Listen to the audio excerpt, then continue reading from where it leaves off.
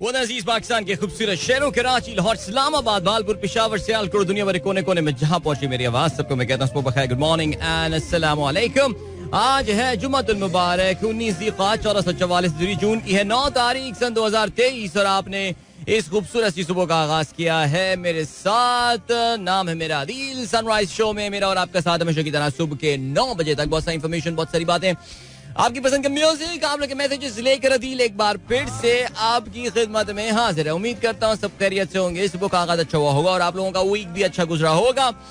And today of course is the last show of the week. It's the Friday morning and आज कराची की सुबह काफी cloudy है और विंडी भी है और थोड़ी सी मुख्तलिफ है। अभी बल्कि मैं जब एक मशहूर शारा से कराची गुजर रहा था तो उसके आगाज पे कुछ हल्की हल्की फुहार भी पड़ती हुई जो है वो गाड़ी के शीशे पे महसूस हुई। इतनी थी कि जो वाइपर जो है उसका इस्तेमाल करना पड़ा था, लेकिन बस वो कहना चाहिए कि एक स्याह बादल था जो कि बस it was just passing by और थोड़े बहुत पानी की बूंदे जो हैं वो गिराता हुआ चला गया, उसके बाद गेम ओवर। तो बहरहाल but humidity still is high as it is normally at this time of the year. Programme में अगर आपको पार्टिसिपेट करना है आप मुझे ट्वीट कर सकते हैं with the hashtag sunrise with Adeel. और अभी बैकग्राउंड में ये गाना चल रहा है, वैसे तो आवाज जावेद बशीर की है but he is singing here for the Mekaal Hasan band. Saawal is the name of this track. और हमारे पास एक छोटा सा ब्रेक भी है 7:15 बजे, नहीं बस एक नाम का ब्रेक है, जाएंगे और वापस आएंगे तो करते ही हैं।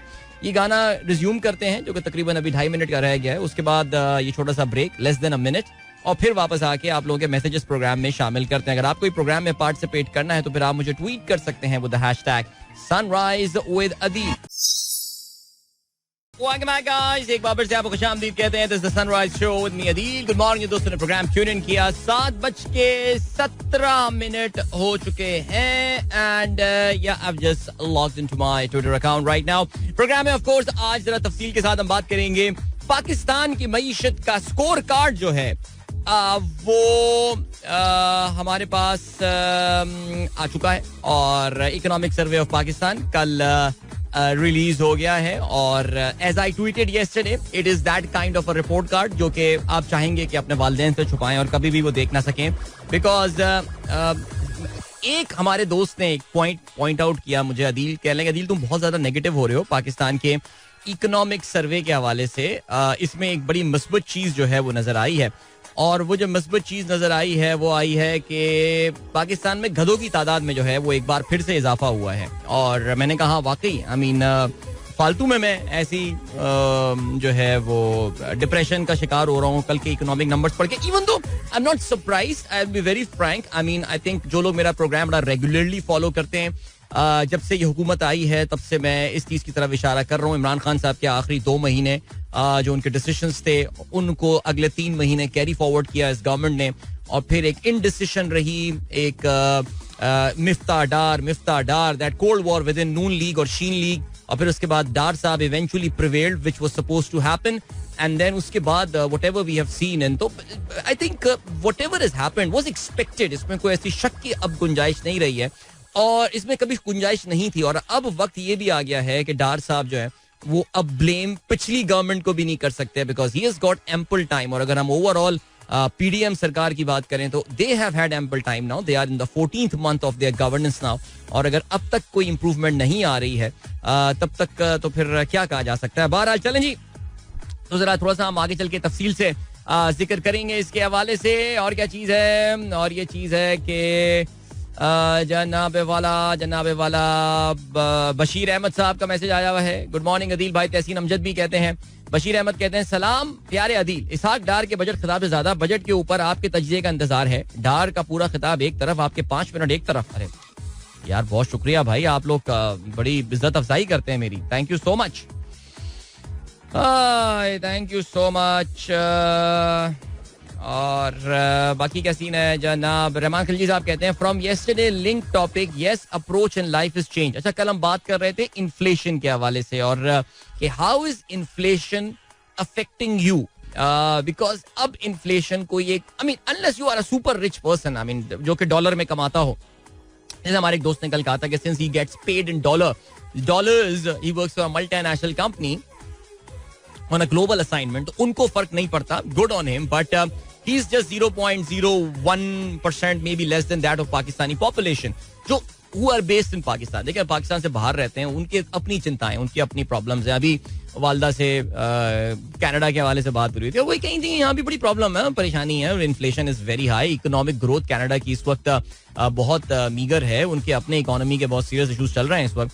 और आपको पता है कि इस वक्त तो कनाडा में जो वालदैन है उनका एक और बहुत बड़ा मसला चल रहा है इस वक्त. वो है कि इस वक्त कनाडा में, बल्कि पूरी मगरबी दुनिया में प्राइड मंथ मनाया जा रहा है. Pride month. अब वो सब परेशान हैं कि अपने बच्चों को किस तरह. बहरहाल इस पे एक अलग गुफ्तगू हम करेंगे. खैर बच्चे आजकल सुन नहीं रहे होते तो फिर हम जरा बात कर सकते हैं अपनी तहजीब के दायरे में रहकर. लेकिन अभी हमारा टॉपिक कोई और है. दुनिया भर में the middle class is feeling the brunt of this inflation. और पाकिस्तान में जहाँ पे inflation is at 39, which is highest in the history of Pakistan. तो पहली बार अब तक क्या था कि जितने इन्फ्लेशन की हमने वेव्स देखी ना, somehow you just felt कि यार you can absorb it. Now you are not able to absorb it. बल्कि कल हमारे खानदान के ग्रुप में ये बात हो रही थी कि Adil, you have started sounding like a poor man यार. I said, no, not a poor man. I mean, I'm just being circumspect about the issues. I mean, बहरहाल तो अब सीन ये है कि खिलजी साहब वो कहते हैं from yesterday's link topic, yes, approach to life has changed. From shopping to traveling, more precautions are being observed. From picking only the known shaving kits to choosing the sale or rather cheaper available options to reduce traveling even to Islamabad, which by last year was just a weekend affair. Prices are crazily high. It is not an option but enforced thinking what to choose. The best thing in life are. अच्छा अब basically उन्होंने बताया कि जी ना सिर्फ वो cell का इंतजार कर रहे होते हैं और बहुत सारी चीजें, ये सब कुछ है, बट वो भी ये भी कहते हैं कि traveling to Islamabad, I think for people living in Peshawar, I think going to Islamabad is honestly, I think weekend बनाने वाली जो कहानी होती है. जमाने में हम पता ना हैदराबाद से लोग कराची आया करते थे, तो ये मोटरवे बनने के बाद से जो M1 है, आई थिंक उसके बाद से travel between Peshawar and Islamabad has become very fast and very convenient. और बड़ी तादाद में लोग वाकई वीकेंड पे गुजारने के लिए वहां पर आ जाते होंगे. लेकिन वाकई I mean it is a cost now यार. How many kilometre, just calculate the fuel that you spend in that. So people may be postponing, people may be cancelling their trips to Islamabad, the weekend trips and all. And yeah, thank you sir, thank you for your input. बहुत शुक्रिया. आखिर में आपने Coco Chanel का एक coat tweet किया है. The best things in life are free. The second best things are really expensive. क्या बात है, तालियां. ओके जी, चलें आगे बढ़ते हैं. फैसल खान कहते हैं अस्सलाम वालेकुम and good morning. Today listening to your show while my travel to Lahore by train. Now listening from Sahiwal. वाह क्या बात है, जबरदस्त. साहिवाल से गुजर रहे हैं हमारे दोस्त फैसल खान साहब. भाई have a safe trip Faisal, और अल्लाह ताला खैरियत से आपको पहुंचाए और आप अपना जिस मकसद के लिए भी लाहौर जा रहे हैं खैरियत के साथ वापस आए. आमीन. जायदा शाहीन कहती है अस्सलाम वालेकुम, आज खूबसूरत सी शायरी तमाम लिसनर्स के लिए. ओहो, ये मेरा बड़ा मुश्किल इम्तिहान होता है, पता है आपको जायदा साहिबा, शायरी पढ़ना. आपका शेर है आहिस्ता चल, नहीं शेर नहीं, आपने पूरी एक नज़म सी है, अब ये गजल है, क्या है उसका नाम है आहिस्ता चल जिंदगी. आहिस्ता चल जिंदगी, अभी कई कर्ज चुकाना बाकी है, कुछ दर्द मिटाना बाकी है, कुछ फर्ज निभाना बाकी है. रफ्तार में तेरे चलने से कुछ रूठ गए, कुछ छूट गए, रूठों को मनाना बाकी है, रोतों को हंसाना बाकी है. वाह क्या बात है. ये तो नंबर 1, इतनी खूबसूरत शायरी, ऊपर से इतनी आसान शायरी कि मैंने भी बगैर अटके और बगैर रुके जो है वो इसको पढ़ लिया.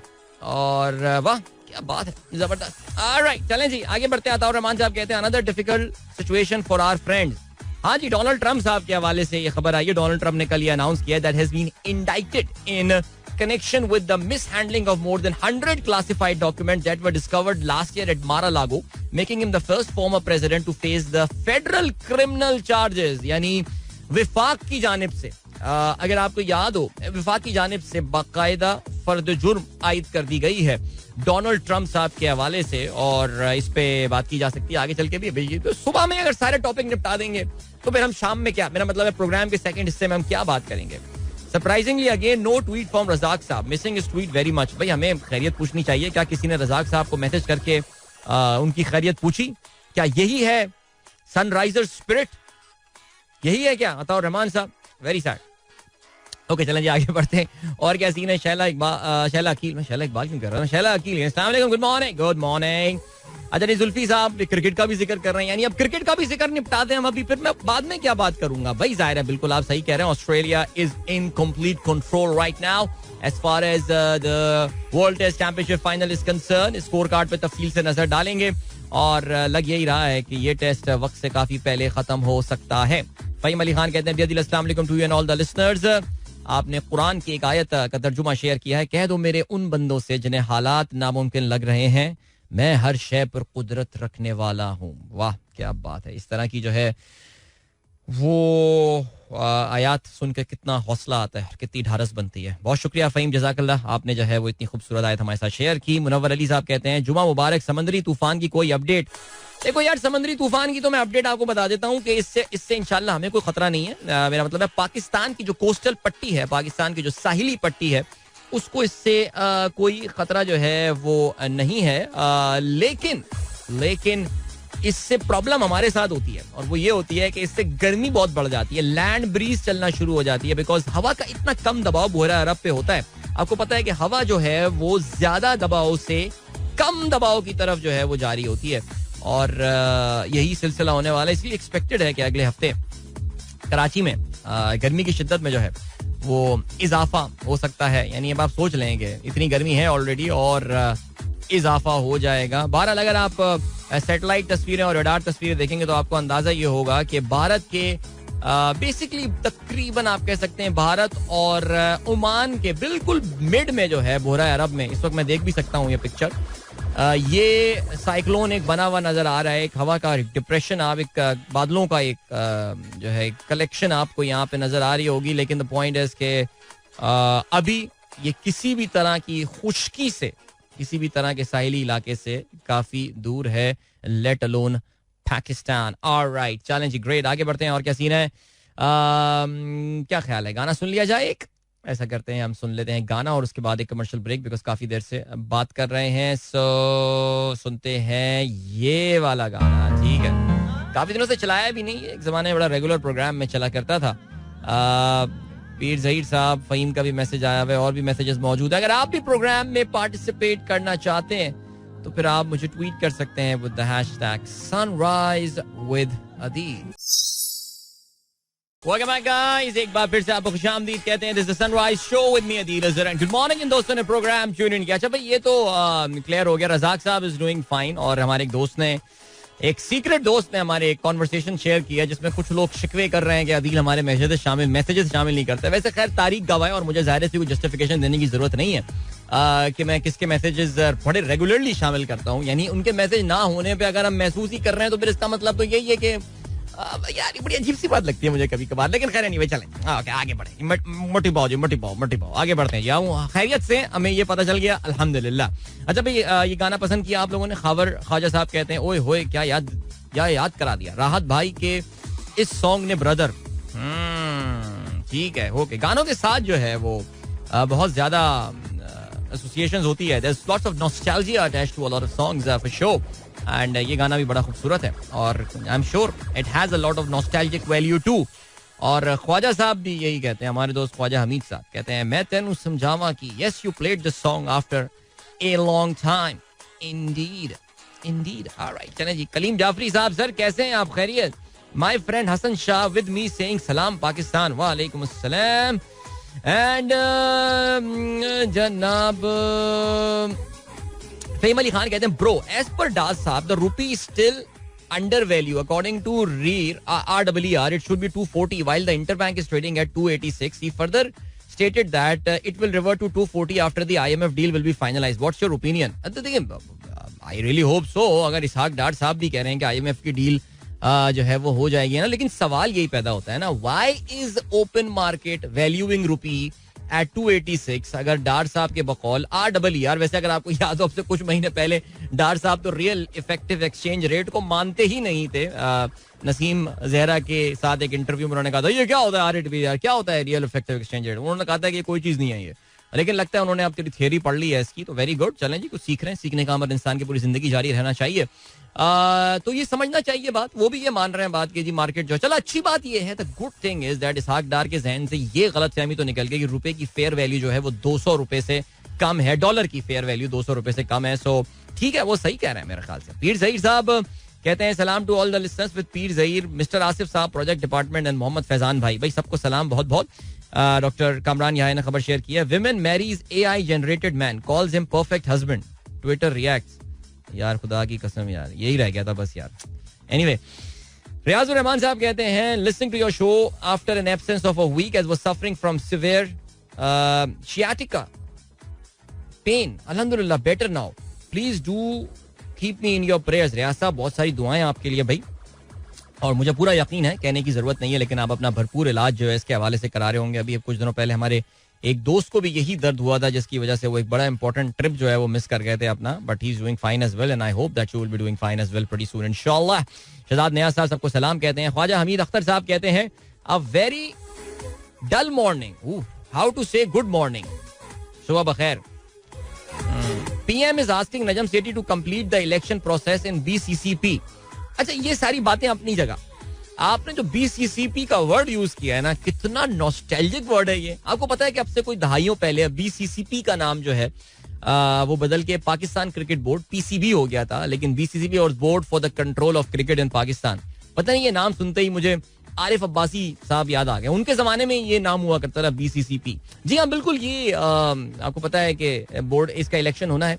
2014 के आइन एक बार फिर से रिस्टोर कर दिया गया है। जो नया आइन लाया गया था, जो बड़ा मॉडर्न सा आइन था, उसको फारिग करके पुराना आइन एक बार फिर से जिंदा कर दिया गया है, उसको कब्र से निकाल दिया गया है और एक बार फिर से उसको इलेक्ट्रिक शॉक थेरेपी देकर जिंदा कर दिया गया है। और अब ये हुआ है नजम सेठी साहब और ज़का अशरफ एक दूसरे के आमने सामने खड़े हुए हैं। आपको पता है Zaka Ashraf is seriously backed by Peoples Party and Najam Sethi is a hardcore Noon Leaguey. We would have never thought in the late 90s that would ever happen, but Pakistani politics में there is nothing fixed. So अब ये है सिलसिला, let's see क्या होता है इसमें। अरशद इमाम साहब कहते हैं once again deprived of mobile phone second and fourth month. इस मर्तबा का झटका बहुत जोर का लगा, you know better. अल्लाह बेहतर करे सर।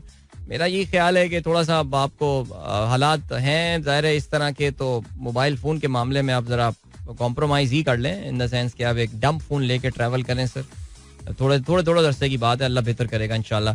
आसान एक वक्त है सर, गुजर जाएगा, बस जो भी है अल्लाह का शुक्र करते रहें, उस पर आप देखिएगा इंशाल्लाह चीजें खुद ब खुद बेहतर होंगी, अल्लाह ताला रास्ते निकालेगा, आमीन। हसान शेख कहते हैं it takes 9 hours 36 minutes 10 seconds to reach the 1048,576 row of an Excel spreadsheet by perpetually pressing down the arrow. Oh my God! क्या जबरदस्त चीज लाया है यार ये। बेसिकली ये total number of the rows that are there in Excel, और अगर आप एक एक जो है ना वो एरो की इस्तेमाल करते रहेंगे तो फिर this is where it is going to take you 9 hours 36 minutes and 10 seconds to reach the. अच्छा चलें ठीक है, इससे मुझे एक बड़ा अच्छा वाकया याद आ गया। और यार वो हमारा बड़ा अच्छा, वो एक जो मेरी पहली नौकरी थी उसमें एक for a very short time I had my IBA batchmate who was my colleague Farooq, और मैं पहले भी जिक्र कर चुका हूं, माशाल्लाह is doing really well in his career now, I think is based in Dubai. So मुझे याद है एक बार फारूक, उस वक्त व्हाट्सएप तो होता नहीं था, SMS आया करता था, तो नहीं मेरे पास ईमेल आई फारूक की। अचानक मैंने कहा ये मेरे सामने बैठा हूँ, मुझे क्यों ईमेल कर रहा है। मैंने खोली तो it had a long number like something million और समथिंग दैट वाज रिटन। मैंने कहा भाई ये क्या लिखा हुआ है इसने यार, तो मैंने कहा व्हाट इज दिस, कहने लगा that's the total number of cells in an Excel sheet. Okay, कहने लगा I just counted them myself. यानी कि बेसिकली वो कहना ही चाह रहा था हम इतने फारिग बैठे हुए होते थे अपनी पहली जॉब में, इतना कम काम होता था, yet so little work, बेटा एक्सेल शीट काउंट कर रहा है, वो नंबर ऑफ सेल्स काउंट कर रहा था यार, कसम से क्या याद दिला दिया आसान। अच्छा जी, आकिफ किबरिया कहते हैं will Indian team make a comeback from this situation trailing by. Sir ये तो काश मुझे अगर ये बात पता होती तो मैं तो अभी एक खुदा ना खास्ता बैटिंग साइड पे जाके पैसे लगा देता। नहीं खैर, अगर मुझे पता भी होता तो मैं बैटिंग साइड पे जाके पैसे नहीं लगाता, लेकिन ये कहना आसान नहीं है। आई मीन क्रिकेट में there have been some very remarkable comebacks.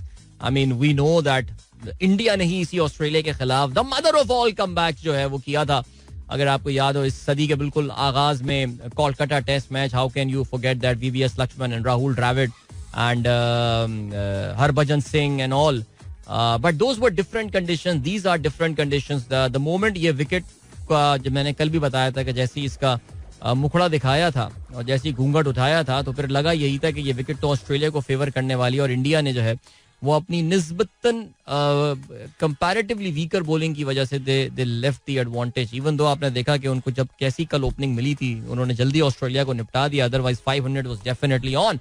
सो ये है सिलसिला. But can India make a comeback? Of course they can, why not. How do you see the future of a newly made party? अभी तो future ऐसी थोड़ा bleak लग रहा है. देखो यार, किसी पार्टी का फ्यूचर डिपेंड करता है कि क्या does it get any sort of traction on the road. क्या उसको अभी देखिए, अभी वो एक कल किसी ने कोई ट्वीट किया था बड़ा अच्छा कि जी 100 लीडर जमा हो गए, अभी 100 सपोर्टर्स भी जमा हो जाए, 100 वर्कर भी जमा हो जाए. आ जाएंगे वर्कर, इसमें भी कोई शक नहीं है. वोटर्स भी आ जाएंगे. जाहिर है आपको पता है कराची में आज से कोई 7-8 साल पहले भी इसी तरह का एक पार्टी लॉन्च की गई थी और मैं हमेशा मैं शायद कल भी यही बात कर रहा था कि मैं हमेशा ये हैरान रहता था कि who is going to vote for that party. और जब कराची में कुछ शुरू के इलेक्शंस हुए तो काफी हद तक ये क्लियर हो गया था कि this party does have a structure, it has got a face, a brand name. You know which top party I am talking about, because मुझे उसमें और इस पार्टी में बड़ी मासलत, मेरा ख्याल है, मेरी शायद कमकली है जो भी है, लेकिन मुझे बड़ी मासलतें नजर आती हैं. इवन जो एक over emphasis on the patriotism होता है वो भी एक सिलसिला है. कोई आइडियोलॉजी नहीं, बस पेट्रियोटिज्म पे जब आप डील कर रहे होते हैं.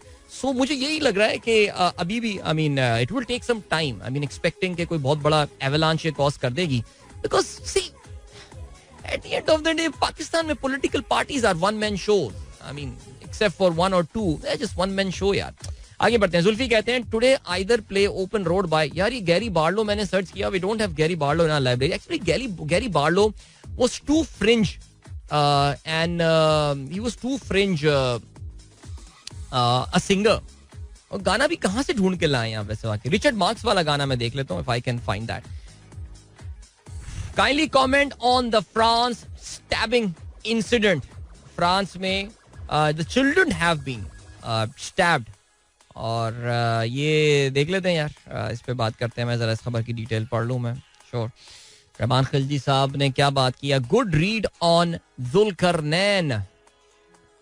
वाह, आपने एक थ्रेड शेयर किया है और उसमें जो है वो जुल्करनैन, साइरस द ग्रेट कहा जाता है कि कुरान में आप जानते हैं सूरह कहफ में जो है वो सिकंदर जुल्करनैन का जो है वो जिक्र किया गया. बहुत सारे लोग इसको गलतफहमी की बुनियाद पे समझते थे कि सिकंदर जुल्करनैन शायद सिकंदर आजम की बात की जाती है, लेकिन नहीं, जो उसमें खुसूसियात बताई गई हैं सिकंदर की जाहिर है.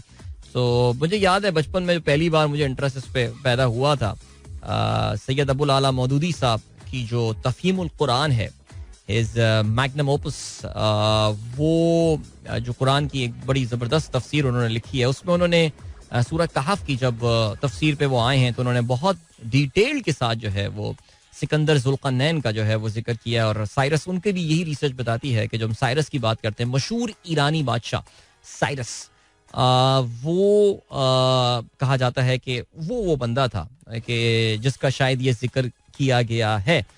सो आप जानते हैं ना, कुफार ने सवाल पूछा रसूल सल्लल्लाहु अलैहि वसल्लम से, जिसका एक सवाल जो था वो उस बादशाह के हवाले से मशरिक से मगरिब का सफर किया है सबसे. तो ये है सिलसिला भाई, ये अच्छा थ्रेड है, ये इसको मैं आप लोगों के साथ जो है ना वो मैं ये रीट्वीट कर देता हूँ. आप लोग भी पढ़ लीजिए, अपनी मालूमात में इजाफा कीजिए about Cyrus the great. Of course Cyrus had a very very marked influence on the Persian civilisation.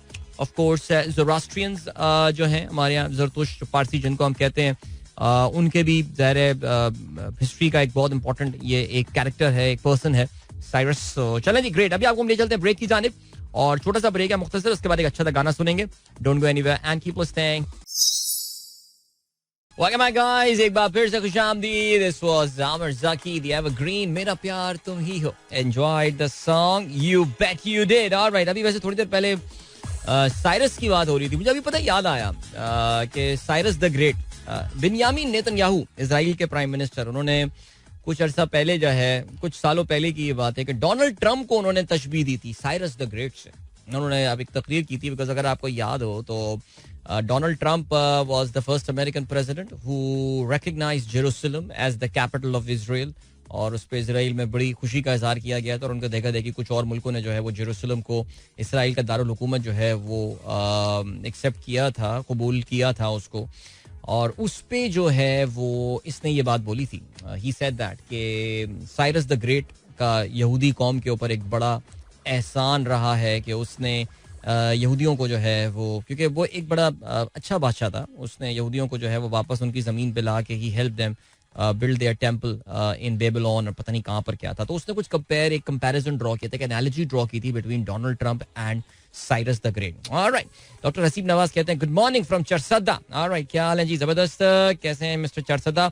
Nizar Momnani Albert Einstein का एक कोट शेयर किया. The world will not be destroyed by those who do evil but by those who watch them without doing anything. I know what you're talking about, my friends. Ishan bag साहब की आज सालगिरह पे नजर किसकी है जी? Great legendary Pakistani hockey player Sohail Abbas. He was born on 9th of June 1977. Turns 46 today. From Pakistan, he played as a fullback and regarded as one of the greatest drag flick player of the world, of the history for hockey. और is the second highest goal scorer now international hockey में. So Sohail Abbas legend without doubt. Sohail Abbas के हवाले से मजीद आप लिखते हैं.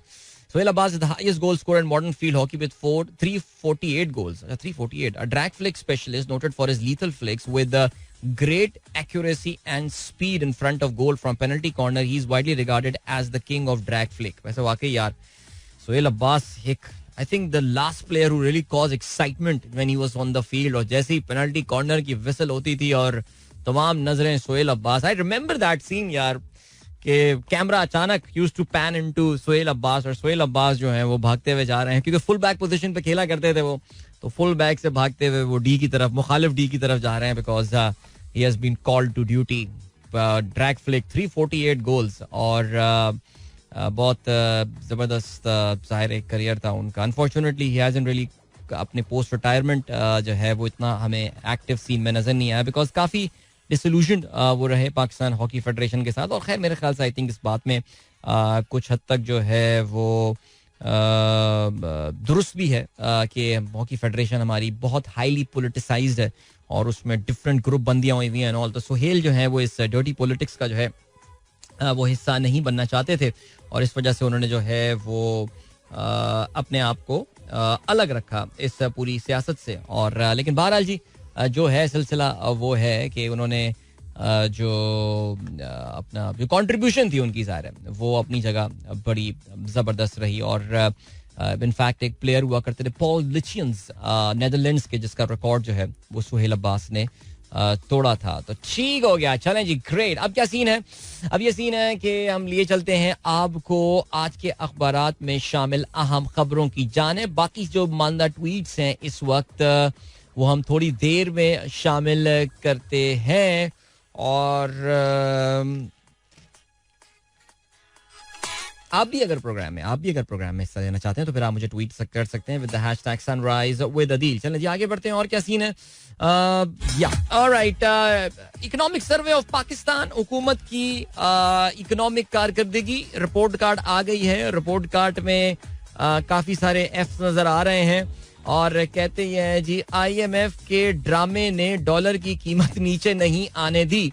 घबराए लोग, डॉलर सोना ना खरीदे, नुकसान होगा. अच्छा, इससे पहले भी डरा चुके हैं, नुकसान होगा, ये सब होगा. बहरहाल हमें पता है कि जी कुछ भी नहीं हुआ. अगर आपको याद हो मिफ्ता भाई ने भी बोला था एक बार मार्केट में ले लो, इस वक्त शेयर गिरा हुआ है, बिल्कुल ले लो. उनके चक्कर में लोगों ने ले भी ली. वो बहुत बड़ा उन्होंने एक किसी तहजीब याफ्ता मुल्क में जेल में होते अब तक वो अपनी इस बात करने के ऊपर. लेकिन सब फंसे इस चक्कर में, तो जरा एहतियात करें. मुल्क की माशी तरक्की 0.29%, फीकस आमदनी में 11% गिरावट, बरामदात तरसीलात ज़र, बराह रास्त आमदनी, गैर मुल्की सरमायाकारी में कमी, कर्जों और महंगाई में इजाफे का एतराफ, करंट अकाउंट खसारा 76% कम, सनती तरक्की -2.94%, कोशिश तनख्वाहें बढ़ाएं, किसान पैकेज, सनतों IT तरक्की को फरोग दिया जाएगा, 3.5% तरक्की का हदफ हासिल करेंगे. ऑलराइट जी, IMF का ये कहना है कि पाकिस्तान को बजट समेत 3 मामलात पर हमें मुतमईन करना होगा. महज 3 हफ्ते कबल हुकूमत को बहुत कुछ करना है. $6 अरब के फर्क को कम करने के लिए मालियाती वादों को पूरा करना है. IMF के नुमाइंदे का ये कहना है कि फंड्स के उसूल का इम्कान पैदा करने के लिए काबिल यकीन बजट प्रेजेंट करने की जरूरत है. आप जानते हैं इस पूरी चीज के बारे में बहुत कंफ्यूजन है, जहां पे minister of state for finance Ayesha Ghaus Pasha इस बात का इकरार कर चुकी हैं कि IMF को बजट का ड्राफ्ट दिखाया गया है. वहां पे आप जानते हैं कि इसहाक डार बिल्कुल ही IMF से के मामलात से लाइल्मी का इजहार करते हैं, इवन दो अभी भी मुझे नहीं पता कि वो क्यों काफी कॉन्फिडेंट नजर आ रहे हैं, लेकिन फिर भी जो है सो वो है, नुकसान हो चुका है जितना नुकसान कर सकते थे. IMF के ऊपर इल्जाम लगाया जाता है कि IMF गोल पोस्ट चेंज करता है, लेकिन आई थिंक एक छोटी सी गूगल सर्च आपको ये बता देगी कितनी दफा हमने IMF के साथ पिछले 7-8 महीने में किए गए वादों से इनहिराफ किया है. आगे बढ़ते हैं जी. आजाद कश्मीर जिंदी इंतखाबात में पीपल्स पार्टी फाते, नून लीग दूसरे, PTI तीसरे नंबर पर. बिलावल जरदारी कहते हैं पहले भी पाकिस्तान को बचाया अब संवारेंगे. कमरुल ज़ियाउल कमर ने 25,755 वोट लेकर कामयाबी हासिल की. मुश्ताक मिनाज 20,448 वोट लेकर दूसरे नंबर पर रहे. राजा जमीर जिनका ताल्लुक PTI से, उनके 4,942 वोट थे. नून लीग ने इल्जाम लगाया है कि धांधली हुई है. वाह, इससे मुझे अंदाजा अपना का वो आखिरी सीन याद आ गया. लो, अब इनके लोग इनको उठा के इनको बोलेंगे तो चल छोड़े, रहने दे, आगे बढ़ते हैं भाई. सरकारी ज़र मुबादला के ज़खायर $4 अरब से भी नीचे आ गए और मजमूई तौर पर, अच्छा, ये काफी सारे लोगों का ख्याल है कि by the end of July ये आपके शायद $3 अरब से भी नीचे आ सकते हैं, बिकॉज पाकिस्तान की कुछ पेमेंट जो है वो ड्यू हो गई हैं. और आगे बढ़ते हैं जी. आज बजट प्रेजेंट किया जा रहा है. 700 अरब रुपए के नए टैक्स, तनख्वाहों में इजाफा मुतवक्को, अल्लाह खैर करे जी. टैक्स वसूलियों का हदफ 9,200 अरब रुपए रखा गया है. प्रॉपर्टी और विद होल्डिंग टैक्स में इजाफा होगा, अल्लाह खैर करे भाई, अल्लाह रहम करे भाई हमको. ओके जी. मुल्क में गधे 1 लाख बढ़ गए. तालियां. मैंने जो कहा था आप लोगों से, गधों की तादाद में इजाफा हुआ है जी माशाल्लाह. मुल्क में मजमूई तौर पर 58 लाख गधे हो चुके हैं और इससे पहले जो है वो 57 लाख गधे थे. और क्या सीन है जी. लंदन मुखालिफ सरगर्मियों में मुलव्विस 500 पाकिस्तानियों की शनाख्त, कॉल रिकॉर्ड, सोशल मीडिया, सफरी तफसीलात, मालियाती लेन देन, दीगर का तजिया. ऐसे तमाम अफराद पाकिस्तान आएंगे तो तहकीकात का हिस्सा बनाया जाएगा. ये सर मुबादला आ रहा है पाकिस्तान. आगे बढ़ते हैं यार. और क्या सीन है. अच्छा जी, और खबर ऐसी. जहांगीर तरीन, हाँ भाई, इनकी पार्टी लॉन्च हो गई है लाहौर में. इस्तेकाम पाकिस्तान पार्टी की कयाम की तकरीब अलीम खान, इमरान इस्माइल, सरदार तनवीर इलियास, आमिर कियानी, फिरदौस आशिक अवान और दीगर कौमी तराने के एहतराम में खड़े हुए हैं. बैकग्राउंड में पाक फौज के कैडेट्स जो हैं वो मार्च पास करते हुए नजर आ रहे हैं. और इसके अलावा क्या खबर है. 9 मई जहांगीर तरीन कहते हैं शरपसंदों को अंजाम तक पहुंचाना होगा, हम कौम की उम्मीद बनेंगे. मैं रिवायती सियासतदान नहीं, पार्टी में मजीद लोग शामिल होंगे, इलेक्शन में बेहतरीन नताइज हासिल करेंगे. ओके, ठीक है. सुप्रीम कोर्ट ने अदालती इस्लाहात बिल केस भी गैर मुअय्यना मुद्दत के लिए मुलतवी कर दिया है. और इतनी देर से यार ब्रेक बढ़ना है, ब्रेक की जाने मिलते हैं इसके बाद. Don't go anywhere, keep listening. Welcome back guys, एक बार फिर से आपको खुशामदीद कहते हैं. This is the sunrise show with me Adeel. Good morning दोस्तों. ने प्रोग्राम अभी ट्यून इन किया है. 8:07 हो चुके हैं. एंड या what's the scene. The scene is that हम खेलों के हवाले से बात करते हैं. Let's start with the final of the world test championship. और final of the world test championship जो है वो इन ऑस्ट्रेलिया इंग्लैंड. यार वैसे मैंने ये final of the world test championship में कोई 7 से 8 दफा इंग्लैंड को खिलवाया, तो मुझे लग रहा है वैसे, I mean there is very little doubt that I have that England would in fact be playing in the next final, because जिस तरह की वो टेस्ट क्रिकेट को इंग्लैंड ने रीडिफाइन कर दिया है, very few teams in the world right now can compete with them with the level of aggression that they are showing. Whatever the conditions are, उनका पर्पस जो है वो ये है कि जी हमें नतीजा लेकर आना है. We want the result. जैसा कि हमने पाकिस्तान में जो उनकी सीरीज हुई थी डेड विकेटों पे जिस तरह उन्होंने पनिश किया था हमें इन मुर्दा विकेटें बनाने के ऊपर. लेकिन खैर नहीं चला. अभी हम बात करते हैं about the world test championship final, जिससे कल दूसरे दिन का खेल खत्म हुआ और कह सकते हैं कि Australia are in control of this final.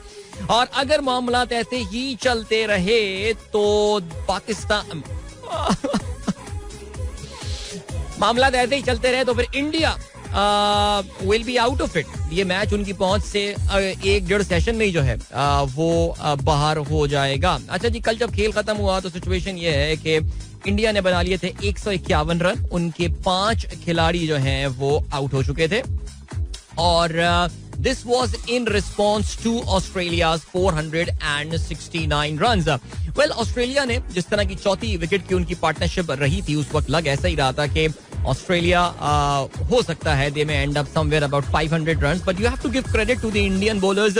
कल पहले सेशन में इंडिया ने 4 विकेटें हासिल कर ली थी और फिर थोड़ी ही देर बाद जो है दूसरे सेशन के आगाज में इन्होंने बाकी मानदा 3 विकेटें भी हासिल करके इस मैच को, उनकी इनिंग को जो है वो रैप अप किया. But still 469, if you had given this total to the Australians, इस विकेट की पहली झलक देखने के बाद तो Australians would have taken that. Of course highest run getter उनके रहे ट्रेविस हेड, जिन्होंने 163 रन बनाए 174 गेंदों पे 25 चौके और एक छक्का इसमें शामिल था. Steve Smith scored 121 runs with the help of 19 boundaries. और आखिर में एक यूजफुल नॉक खेली एलेक्स कैरी ने, जिन्होंने 48 रन बनाए 69 गेंदों में, जिसमें एक छक्का और 7 चौके शामिल थे. 4 विकेटें शामी ने हासिल की, 4 विकेटें सिराज ने हासिल की, 2 विकेटें शामी ने हासिल की, 2 विकेटें ठाकुर और 1 विकेट जो है वो रविंद्र जडेजा के हाथ आई. जवाब में India well they just kept on losing wickets throughout. 71 run तक उनके 4 खिलाड़ी आउट हो चुके थे. विराट कोहली जब आउट हुए, Virat Kohli scored only 14 runs.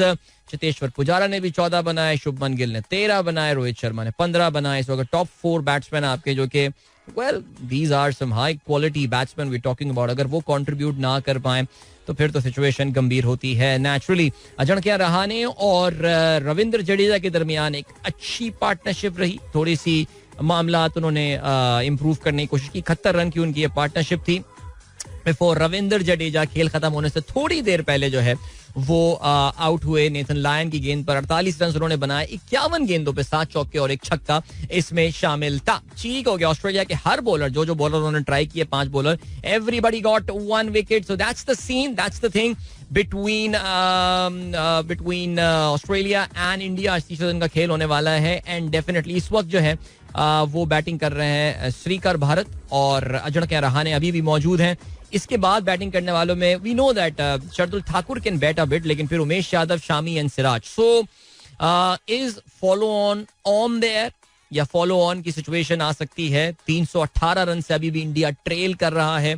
सो या व्हाई नॉट. चलें जी, पाकिस्तान क्रिकेट बोर्ड की चेयरमैनशिप के हवाले से जो है वो हम अब बात करते हैं. और 2 साबिक चेयरमैन एक बार फिर एक दूसरे के आमने सामने आ गए हैं. बोर्ड की इंतजामी कमेटी के चीफ नजम सेठी को पेटर इन चीफ की भरपूर हिमायत हासिल, मगर हुकूमत की हलीफ जमात ने चौधरी ज़का अशरफ को मैदान में उतार दिया.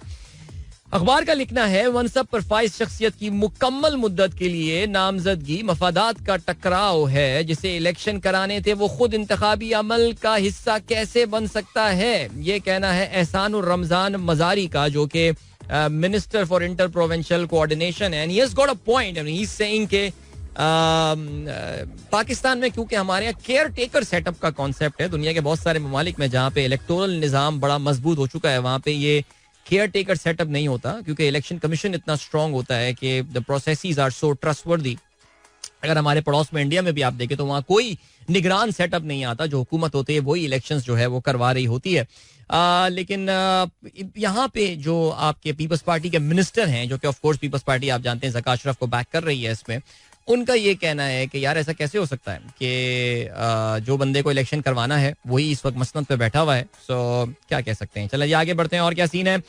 वर्ल्ड कप पीसीबी अहमदाबाद में ना खेलने के फैसले पर कायम. 3 तरजीही ऑप्शन से आईसीसी को आगाह कर दिया. इसके अलावा वेस्ट इंडीज के खिलाफ भी पाकिस्तान क्रिकेट टीम की जो सीरीज है उसका पोस्टपोन होने का इम्कान है. ये 2024 की जो है ये सीरीज है. इसके अलावा पाकिस्तान क्रिकेट बोर्ड ने एमिरेट्स क्रिकेट बोर्ड को ये रिक्वेस्ट की है कि अपने ILT T20 को 10 दिन पीछे ले जाएं ताकि वो PSL के साथ जो है वो ओवरलैप ना करे. और जवाब में पाकिस्तान क्रिकेट बोर्ड का ये कहना है कि पाकिस्तान क्रिकेट टीम के खिलाड़ी जो हैं वो उनको NOC जारी कर देगा ILT T20 लीग, जो कि एमिरेट्स में खेली जाती है, उसमें खेलने के लिए. ठीक हो गया जी, ये हो गई बात. और क्या सीन है जी. कुछ बात करते हैं पाकिस्तान फुटबॉल के हवाले से. Naturally we don't talk much about Pakistan football, लेकिन कल हमारे दोस्त रेहान अलवी साहब ने जो है वो इस तरफ तवज्जो दिलाई दैट पाकिस्तान की फुटबॉल टीम वो आने वाले दिनों में एक्शन में नजर आने वाली है आपको काफी ज्यादा. और this is actually very satisfying, very satisfactory I would say. Pakistan के जो फुटबॉल के फैंस हैं, जो फुटबॉल फैंस, हमारी फुटबॉल तो हम बिल्कुल राइट ऑफ कर चुके थे बिकॉज काफी अर्से पाकिस्तान जो है वो फीफा की जानिब सस्पेंडेड रहा. लेकिन हम जानते हैं कि पिछले साल इसमें कुछ पेशरफ्त हुई. एक मैनेजमेंट कमेटी जो है, इंटरिम कमेटी लाई गई, फीफा अप्रूव्ड, जिसने काम करना शुरू किया और पाकिस्तान की एक टीम भी बनाई है.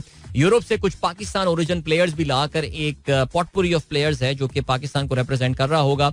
सो these players will be in action in a number of matches because एक तो सैफ चैंपियनशिप यानी साउथ एशियन जो फुटबॉल फेडरेशन चैंपियनशिप है वो भी होने वाली है. इसके अलावा Pakistan will be playing in some international friendly matches as well. Pakistan का मॉरिशस के साथ मैच होने वाला है on the 11th of June. 14th of June को पाकिस्तान जो है वो खेल रहा होगा अगेंस्ट केनिया. ये मैं फुटबॉल की बात कर रहा हूँ. एंड पाकिस्तान का मुकाबला जिबूती के साथ होगा on the 17th of June. उसके बाद Pakistan football team will be playing at the Saif championship. 21 जून को भारत के साथ मुकाबला होगा. और बाय द वे इसका एनओसी अभी मेरे ख्याल से शायद, क्योंकि मॉरिशस वाला एनओसी तो मिल गया है हमको. ये मॉरिशस में मैचेस होने वाले हैं 11, 14 और 17 वाले.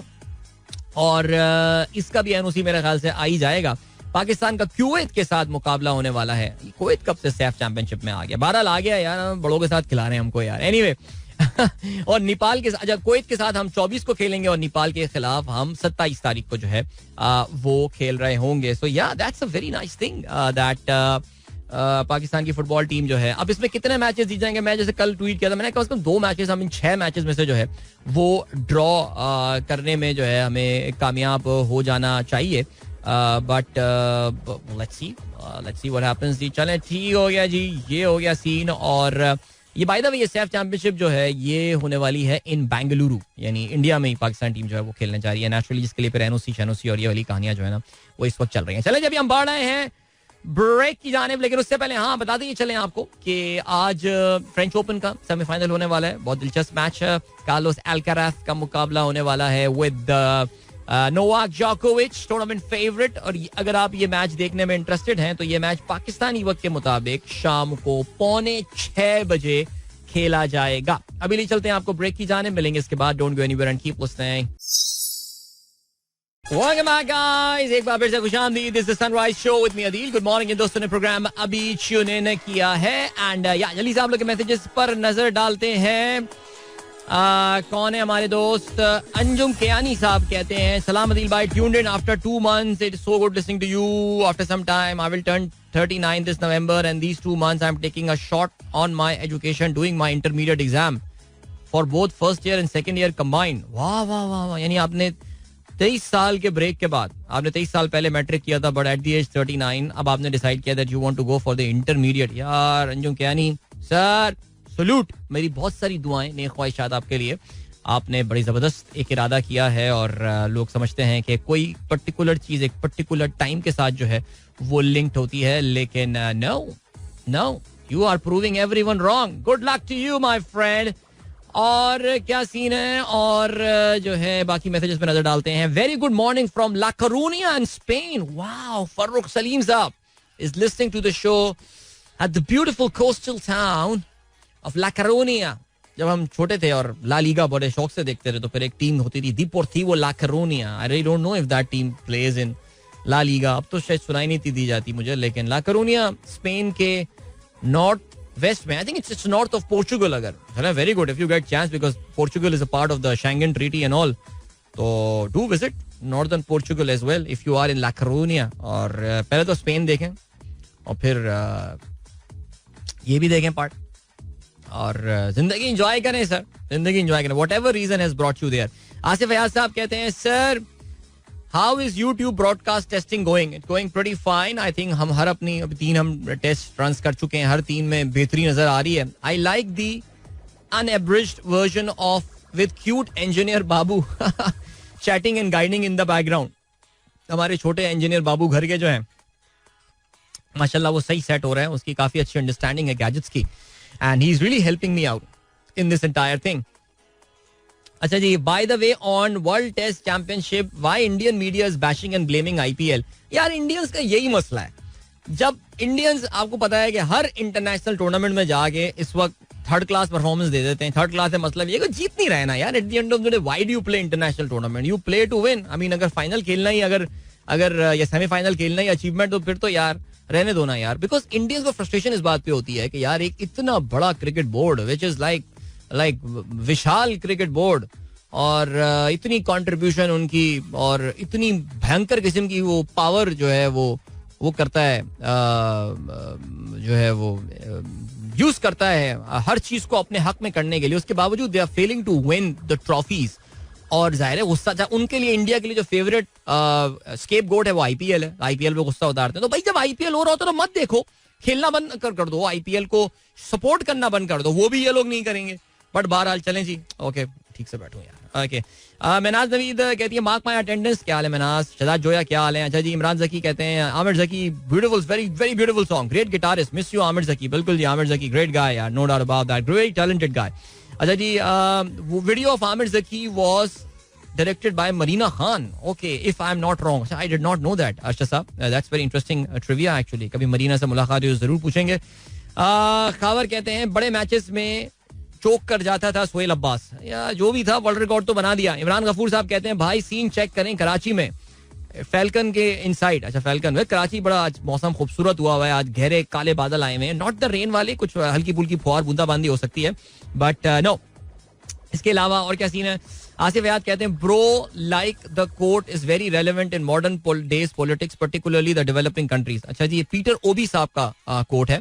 No country can progress if its politics is more profitable than the industry. In a country where those in government are richer than entrepreneurs they manufacture poverty. क्या बात है. पीटर ओबी अगर आप जानते हो, अगर if you don't know his background, he is a Nigerian politician and recently he took part in the Nigerian presidential election and he came number 3 on that and he was very much supported by the youth of the country. जो मुल्क की नौजवान population है वो इनको Peter ओबी को काफी support करते हैं. अनफॉर्चुनेटली ये इलेक्शन जो है वो जीतने में कामयाब नहीं हुए और मुल्क के इलेक्शन नाइजीरिया के काफी हद तक बस कॉम्प्रोमाइज से इलेक्शंस होते हैं. But I think it's a pretty important point. हमारे यहाँ अभी पाकिस्तान के जो एक वर्ल्ड कप विनिंग कैप्टन थे उनका मैं एक इंटरव्यू सुन रहा था विद पियर्स मॉर्गन. वो यही बात बोल रहे थे कि पाकिस्तान में अनफॉर्चुनेटली पॉलिटिक्स को एज अ प्रोफेशन लेकर आया जाता है, उसको एज अ पेशे के तौर से अपनाया जाता है और ऐसा नहीं होना चाहिए, बिल्कुल ऐसा नहीं होना चाहिए. इसके अलावा अनीक अहमद साहब कहते हैं China wants to restrict the use of mobile file sharing services such as AirDrop and Bluetooth in a move that will expand its censorship machine. They want service providers to prevent the spread of illegal and undesirable information among other things. Wow. All right. Adil, please wish my son Ahmed Raza today is his birthday. He's waiting for you to wish him for the last 6 months. Wow. For the last 6 months. All right. Ahmed Raza, he's turning 6 today. Ahmed, happy birthday to you, little boy. He turned, mashallah, 6 महीने से इंतजार कर रहे थे इस birthday wish का. And the day has finally come. So, congratulations, young man, and have a wonderful day and year ahead. चलते रहे हम सदा. That was Junoon with their evergreen दोस्ती. Hope you guys enjoyed that song and good morning. इन दोस्तों ने programme अभी tune in किया है. चलें जल्दी से बात करते हैं जरा हम डोनाल्ड ट्रंप साहब के हवाले से. और उसमें डोनाल्ड ट्रंप साहब ने जो है ये बात बता दी है. उन्होंने बताया ये है कि उनके खिलाफ एक विफाकी केस जो है वो फाइल हो गया है. He has been indicted by the way. और ये केस जो है ये सीक्रेट डॉक्यूमेंट्स अपने साथ ले जाने वाला जो वाकया है उसके हवाले से है. और हुआ ये है कि डोनाल्ड ट्रंप साहब जो है वो क्लासिफाइड डॉक्यूमेंट्स अपने साथ, जब उनकी प्रेसिडेंसी खत्म हुई थी तो वो अपने साथ कुछ डॉक्यूमेंट्स उठा के अपने साथ मारा लागो ले गए थे, जो कि उनकी वो है रिहाइश है. बहुत ही जबरदस्त लेविश सा एक फार्म है जहाँ पे वो रहते हैं in the state of Florida. तो मियामी की अदालत में जो है वो पेश हो रहे होंगे. ये हुकूमत की जानिब से, वफाकी हुकूमत की एजेंसीज की जानिब से उनके ऊपर जो है ये केस फाइल किया गया है. बिकॉज जाहिर है आप जब अपनी प्रेसिडेंसी छोड़ रहे होते हैं आपको अपनी तमाम ये डॉक्यूमेंट्स वगैरह सब हैंड ओवर करके आनी पड़ती हैं. और इन्होंने जो है वो याद रहे कि ये डोनाल्ड ट्रंप साहब की ये सेकंड मेजर कोर्ट अपीयरेंस होने वाली है. इससे पहले आपको पता है कि वो हश मनी के हवाले से वो न्यूयॉर्क में जो है वो शामिल हो चुके हैं और उस पर भी वो इंडाइट हुए हैं मंथ ऑफ अप्रैल. उस पर दिसंबर में उनका केस चलने वाला है.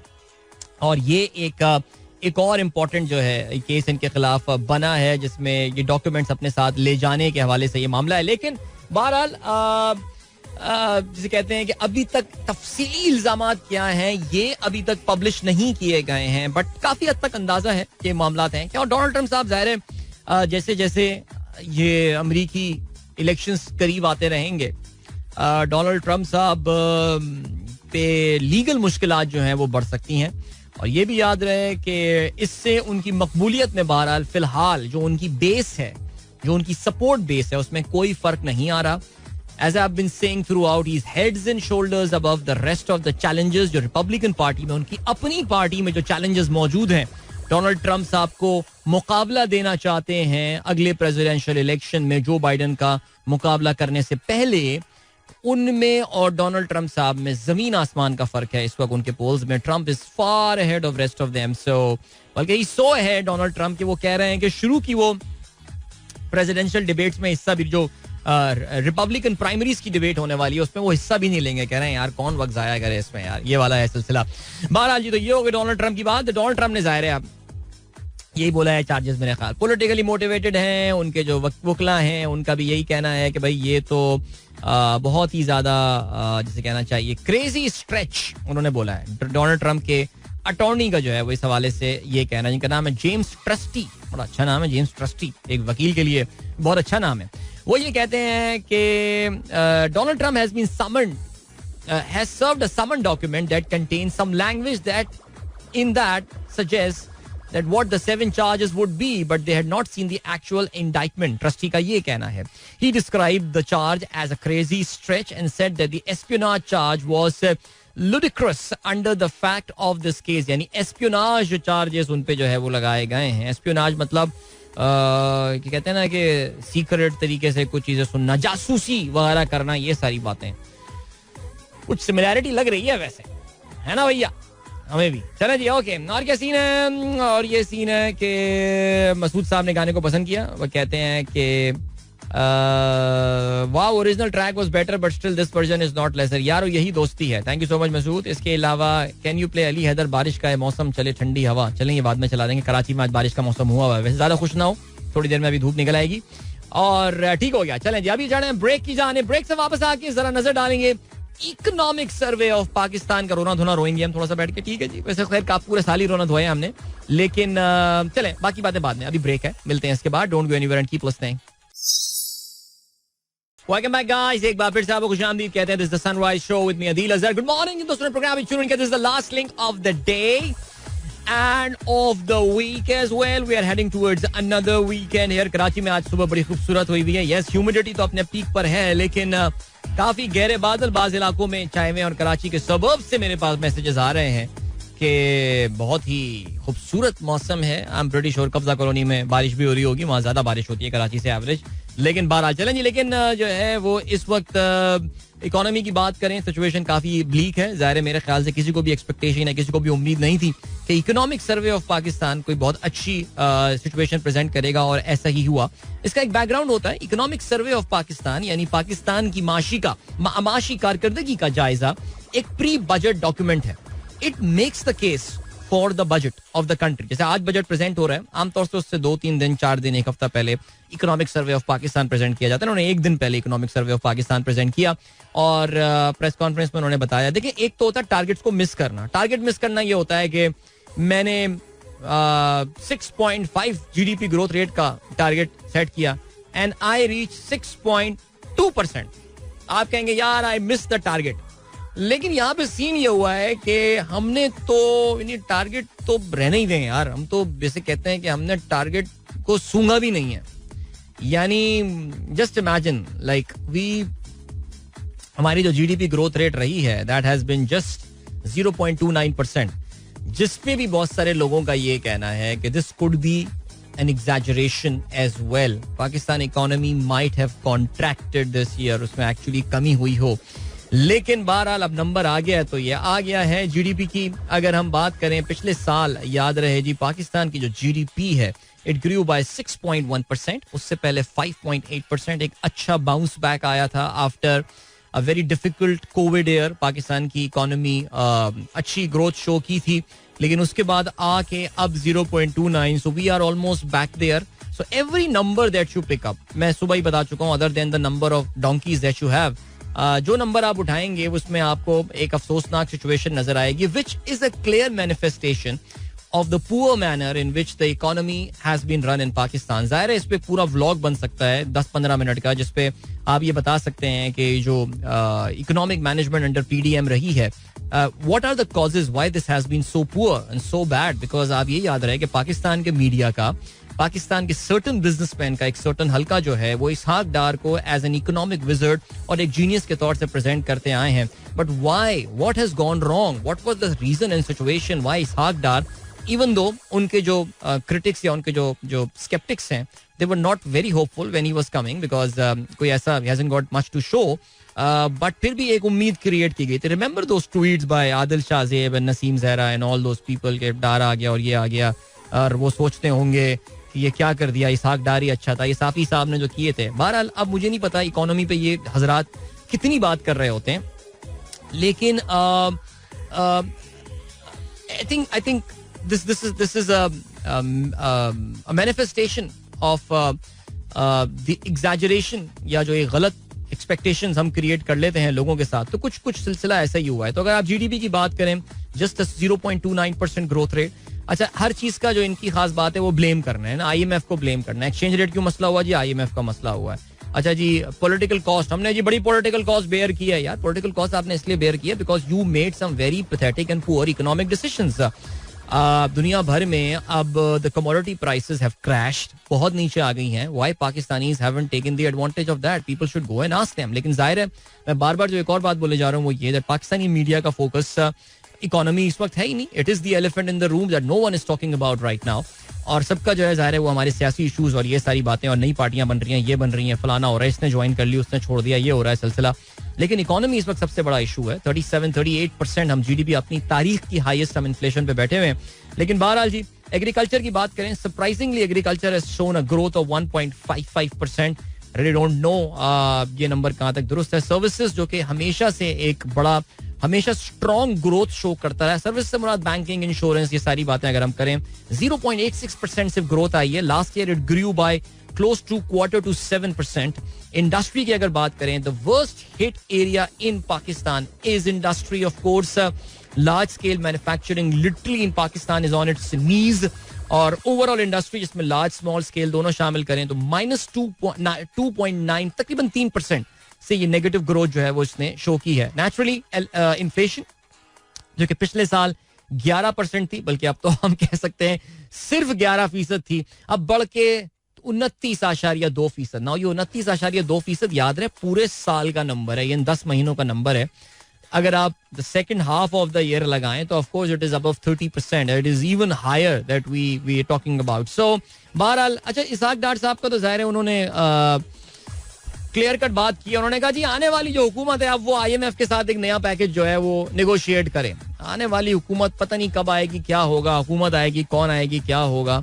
लेकिन बहरहाल लेट्स सी व्हाट हैपेंस. अब आईएमएफ तो हमसे नाराज हो गया बिकॉज हमने आईएमएफ के साथ जो हरकतें की हैं इस बार, मुझे नहीं लगता कि आईएमएफ अगर अब हमारे साथ एक नए प्रोग्राम पे आएगा वो इतना सख्त प्रोग्राम लेकर आएगा. लेकिन चलें जी, इस कम से कम 8-10 महीने में चंद एक मिथ्स जो ब्रेक हो गई वो यही हो गई कि जी बहुत मैजिशियन आदमी हैं, बड़े केपेबल आदमी हैं, और क्या है, और आईएमएफ से बड़ी जबरदस्त डील करते हैं. 25 साल डील करता हूँ आईएमएफ से मैंने किया, तो मेरे आते ही इनके आते ही डॉलर जो है वो यहाँ हो जाएगा, वहाँ हो जाएगा. तो मेरे ख्याल से आई थिंक ये वाली मिथ्स चैटर हो गई हैं. उसके लिए पाकिस्तान की आवाम को एक कॉस्ट पे करना पड़ी है, बट हम क्या कर सकते हैं, जो है सो है. अब आज बजट प्रेजेंट हो रहा है, don't expect anything extraordinary in that budget. It could be a pretty tough budget. लेकिन जाहिर है हुकूमत is walking on a tight rope. जाहिर है इलेक्शन के रिजल्ट तो हमें क्या काम उन गुलों से है सबा. लेकिन क्योंकि हमें पता है कि क्या सिचुएशन इस वक्त है, लेकिन फिर भी कुछ तो जाए ना, कहीं अपने आप को इस काबिल ही कर लेंगे, सड़कों पे निकलें तो कम से कम आवाम उनको देख के मुस्कुराई दे. तो इस वक्त तो जाहिर है सिचुएशन आपको पता है कि वो क्या है. सो बहरहाल चलें जी गाइस, वक्त आगे आप लोग से इजाज़त लीजिए. अपना बहुत ख्याल रखिएगा. अल्लाह पाकिस्तान का हामी और नासिर रहे. अपनी दुआओं में अपने मुल्क को, वतन अजीज को याद रखिए. और wishing you a wonderful weekend ahead. Until then, goodbye. God bless. Allah Hafiz and Pakistan Zindabad. This is Mira FM 107.5.